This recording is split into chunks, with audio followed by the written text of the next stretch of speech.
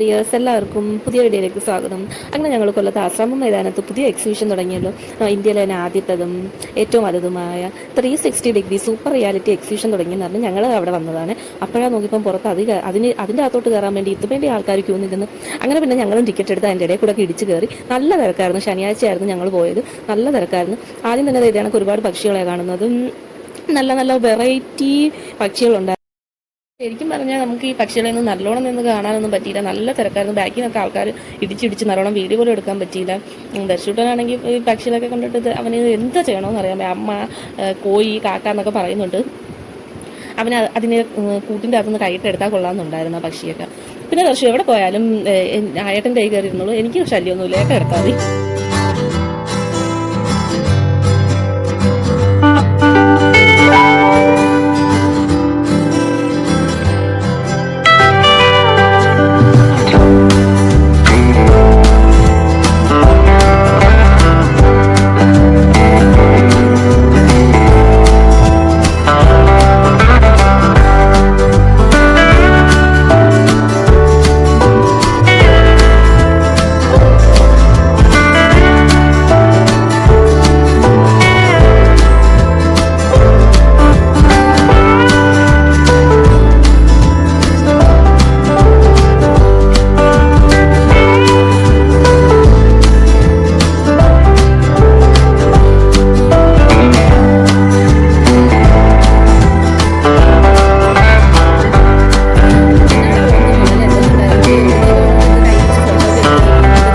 എനിക്ക് അതിനൊന്നും താല്പര്യമേ ഇല്ലായിരുന്നു. പിന്നെ വേറൊരു സാധനം ഉണ്ടായിരുന്നു, ഹൈലൈറ്റ് പാമ്പായിരുന്നു. പാമ്പിനെ എടുത്ത് നമുക്ക് കയ്യിൽ വെച്ച് ഫോട്ടോ എടുക്കാമായിരുന്നു. ഈ മോളിൽ നിന്ന് നല്ലോണം സൂപ്പറായിട്ട് കയ്യിലൊക്കെ വെച്ച് നിന്ന് ഫോട്ടോ എടുത്ത്. എനിക്ക് ഒട്ടും ധൈര്യമില്ലാത്തതുകൊണ്ട് ഞാൻ ആ പാമ്പിനെ തന്നെ നോക്കിയില്ലെന്നാണ് തോന്നുന്നത്. മാറി നിന്ന് പിന്നെന്തുവാണ് പിന്നെ മൊത്തം മീനുകളുടെ വിശാലമായ അതിമനോഹരമായ ലോകമായിരുന്നു. മൊത്തം മീനുകളായിരുന്നു. ദർശുവിന് മീനെ കണ്ടിട്ട് അവിടെ കിടന്നൊന്ന് അതിൻ്റെ അകത്ത് കിടന്നൊന്ന് നീരാടിയാലോ എന്ന് തന്നെ തോന്നി. അവന് ഭയങ്കരമായിട്ട് അയ്യോ മീൻ മീൻ എന്ന് പറഞ്ഞൊക്കെ ഒരു വെപ്രാളമായിരുന്നു. ഇതെന്താ തൂവൽ കണക്കിരിക്കുന്ന ഒരു മീൻ. ആദ്യം വെള്ളത്തിൽ തൂവൽ കിടക്കുന്നെന്ന് തോന്നി. പിന്നെ അതാണ്ട് ഈ പല കളർ മീൻ, അത് ഒരു രക്ഷയില്ല, സൂപ്പറായിരുന്നു കാണാൻ. പിന്നെ ഞാൻ ഈ കാണുന്ന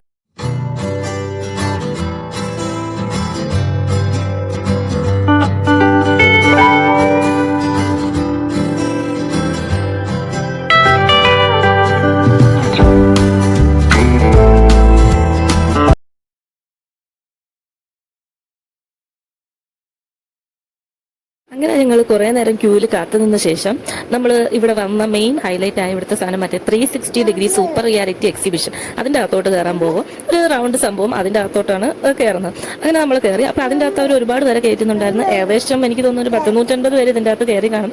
അത്യാവശ്യം നല്ല തിരക്കുണ്ടായിരുന്നു ഇതിൻ്റെ അകത്ത്. അപ്പോൾ നമ്മൾ കയറിയപ്പം ഇത് എങ്ങോട്ട് നോക്കി നിൽക്കുമെന്നൊരു ഡൗട്ട് ഉണ്ടായിരുന്നു. പിന്നെ എല്ലാവരും ഫ്രണ്ടിലോട്ട് നോക്കി നിൽക്കുന്നു, ഞങ്ങളും ഫ്രണ്ടിലോട്ട് നോക്കി നിന്നു. പിന്നെ അവിടെ ആളെ കയറ്റുന്നും ഉണ്ടായിരുന്നു. അങ്ങനെ പിന്നെ ഒരുപാട് പേര് സെൽഫിയൊക്കെ എടുക്കുകയൊക്കെ ചെയ്യുന്നുണ്ടായിരുന്നു അകത്ത് കയറി. ദർശു ഇപ്പോഴും കുഴപ്പമില്ല. ദർശു ഈ ലൈറ്റ് ഇതൊക്കെ കണ്ട് അവനിരുന്ന് നോക്കുന്നുണ്ടായിരുന്നു. നമുക്കൊന്നും മനസ്സിലാവുന്നില്ല ആദ്യം ഇതിൻ്റെ എന്തുമായിരിക്കും സംഭവം, ഇതിൻ്റെ അകത്ത് എന്താണ് ഒന്നും മനസ്സിലാവുന്നില്ലായിരുന്നു. പിന്നെ കുറേ കഴിഞ്ഞ് ആളിങ്ങനെ കയറിക്കൊണ്ടിരിക്കുമായിരുന്നു. പിന്നെ ഞങ്ങൾ കുറേ നേരം അതിൻ്റെ അത് പോസ്റ്റായിട്ട് നിന്ന് പിന്നെയാണ് ഇത് സ്റ്റാർട്ട് ചെയ്യാൻ തുടങ്ങിയത്. സ്റ്റാർട്ട് ചെയ്യാൻ മീൻസ് വീഡിയോ പ്ലേ ചെയ്യാൻ തുടങ്ങിയത്. ദർശു അമ്പലം ഇരിക്കും ആൾക്കാരെയൊക്കെ കണ്ട് എന്താണെന്നറിയാൻ പോയി ഇവിടെ എന്തിനാ എന്നെ ഇതിൻ്റെ അകത്ത് കയറ്റി എന്നുള്ള രീതിയിൽ നോക്കിക്കൊണ്ടൊക്കെ ഇരിക്കുന്നുണ്ട്. അപ്പോഴത്തേനും ഇത് കണ്ട വീഡിയോ പ്ലേ ചെയ്തതും അതിൻ്റെ അകത്ത് നിന്ന് ആൾക്കാരെല്ലാം ഭയങ്കര കൂവലും ബഹളമായിരുന്നു. ദർശുവിൻ്റെ കരച്ചിലും തുടങ്ങി. അവൻ ഈ കൂവലും ബഹളം കേട്ടപ്പോഴത്തേനും പേടിച്ച്. പെട്ടെന്ന് നമ്മളായാലും പെട്ടെന്ന് ഇത്രയും കൂവയും ബഹളം കേൾക്കുമ്പോൾ പേടിക്കത്തില്ല. അതുപോലെ അവനൊന്ന് പേടിച്ച്. പിന്നെ അവൻ കരഞ്ഞ് ഏട്ടൻ്റെ തോളെ കിടക്കുക. ഏട്ടൻ ആശ്വസിപ്പിക്കുകയൊക്കെ ചെയ്യുന്നുണ്ട്. നോ രക്ഷ. പിന്നെന്തുവാ, ഇത് എനിക്ക് അത്ര വലിയ ഇഷ്ടപ്പെട്ടൊന്നുമില്ല. എന്നാലും കുഴപ്പമില്ല. കരച്ചിൽ കാരണം പിന്നെ ഏട്ടൻ്റെ നിന്ന് ഞാൻ അവനെ വാങ്ങിച്ച് പിടിച്ചു. പക്ഷേ അവൻ കരച്ചിൽ നിർത്തുന്നില്ല. അവനിപ്പോൾ സൗണ്ടാണ് മെയിൻ പ്രശ്നം. അങ്ങനെ പിന്നെ ഞാൻ അവനെ എടുത്തപ്പോഴത്തേന് ഏട്ടൻ റൂഹി എടുത്ത്. ഏട്ടൻ പറഞ്ഞാൽ അവർക്ക് താഴെ നിന്നാൽ ചിലപ്പം കാണാൻ പറ്റത്തില്ലെന്ന് പറഞ്ഞാൽ ഏട്ടൻ അവളെ എടുത്തുകൊണ്ട് നിന്ന്. അങ്ങനെ പിന്നെ ഞങ്ങൾ അവിടെ നിന്ന് ഇറങ്ങി.